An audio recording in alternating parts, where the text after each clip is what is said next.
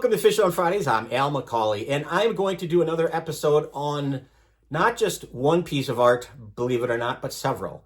All by the same artist, that post-impressionist master, Vincent van Gogh. I've done several episodes on pieces of art by Van Gogh. I just love his work for a lot of reasons. The beauty, the vibrant colors, but also the underlying message. Now, it's important to remember that Van Gogh was a Christian. His father was a Protestant minister. In fact, he wanted to be a minister at some point, but probably for the good of humanity, he became an artist and thrived in that. And even though he didn't see any of the success in his own life, he would die almost penniless. Boy, we have just a trove of his work that we are just so fortunate to have.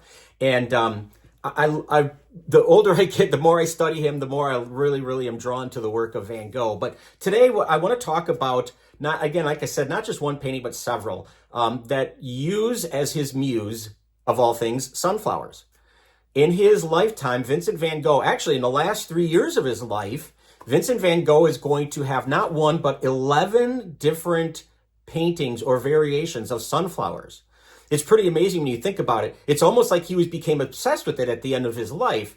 And I don't mean obsessed in a bad way. It was a subject, I think, the sunflowers, I think, brought him great comfort, great solace in an otherwise very dark and dismal life.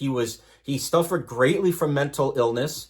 Ultimately, that's what's going to claim his life. He's going to take his own life because of that mental illness.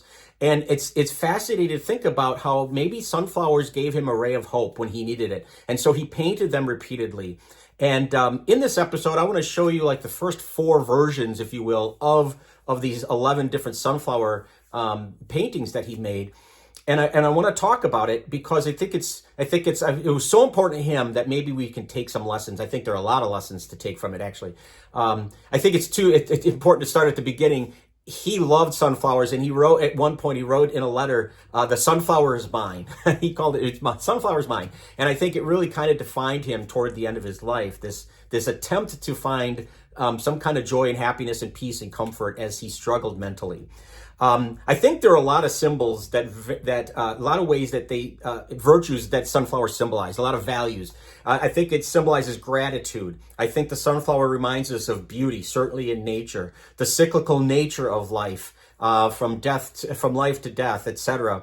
I think it talks about simplicity. When you think of sunflowers, there's simplicity, there's hope, there's just mere existence, I think all of those things are true. I think most profoundly, the sunflower is a symbol of gratitude. And as I unpack this a little bit, I hope you come to see that.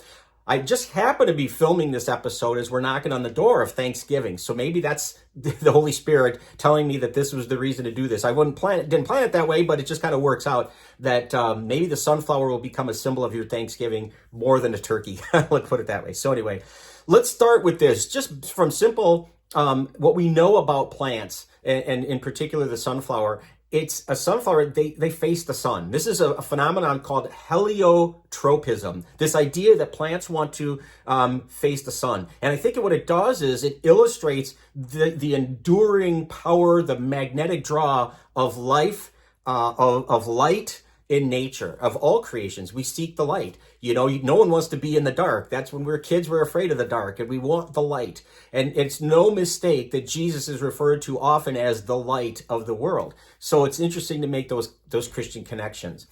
For Van Gogh, the sunflowers, they cover the whole realm. When he paints these, they cover the whole realm, if you will, the stages of life, from vibrant blossoms to decay and death. And again, I think it symbolizes for him in some way a changing and fleeting life. But I think there are at least three major lessons that we can take from these beautiful paintings from Van Gogh and give us an insight maybe into our own lives. And the first is this. The sunflower looks up to the heavens, looks up to the sky. And so I think that's lesson number 1, is to focus on God. And I think these paintings help to remind us to focus on God. Just like the sunflower faces the sun, looking for energy, Christians look up for their energy. We look up to find nourishment and growth and sustenance and guidance, all of that stuff, which is going to help us bear spiritual fruit. My wife has a garden in her backyard, and she has sunflowers every year. And it's amazing how many birds and bees visit those sunflowers. and moss. They're all over those sunflowers. So they're always giving. They look up, they get their nourishment so they can feed others. I just think that focus on God so that we can do God's work is just such a thing. It's a way that we reflect, the sunflowers reflect divine beauty, and we're called to do that too. A second lesson I think Van Gogh's sunflowers give us is the idea of being faithful, of just simple faithfulness. The constant pursuit of the sunflowers to seek warmth and seek sun and seek light should be a reminder for us to do the same thing, to seek that loyalty and the devotion to God in everything that we do, so that we can produce fruit. Lastly, as I said, I'm filming this right before Thanksgiving. Lastly, I think the sunflowers give us this idea of gratitude, to be grateful. And I can't help but think about that. What specific gifts has God given me? Am I grateful for in my life? Both the ordinary things, my family, my house, food I eat, the clothes I wear, and the extraordinary. In what ways has God blessed me in extraordinary ways? And there are too many to count, but I think it's something to take to prayer and to think about how grateful I am to God for everything, all gifts that he's given. How has God blessed me physically, emotionally, spiritually? With whom has he blessed me? Who's in my life? All the seasons of my life, too, have been blessed. All of them. So that's something else to consider.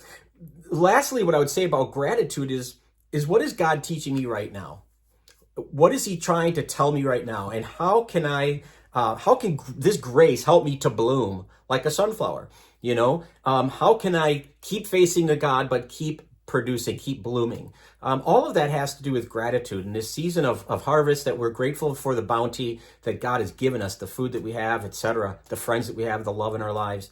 I think it's very important. And if I could summarize it scripturally, Psalm 113:3 says it really well. From the rising to the setting sun, there's the idea of the sun. From the rising to the setting sun is the name of the Lord to be praised.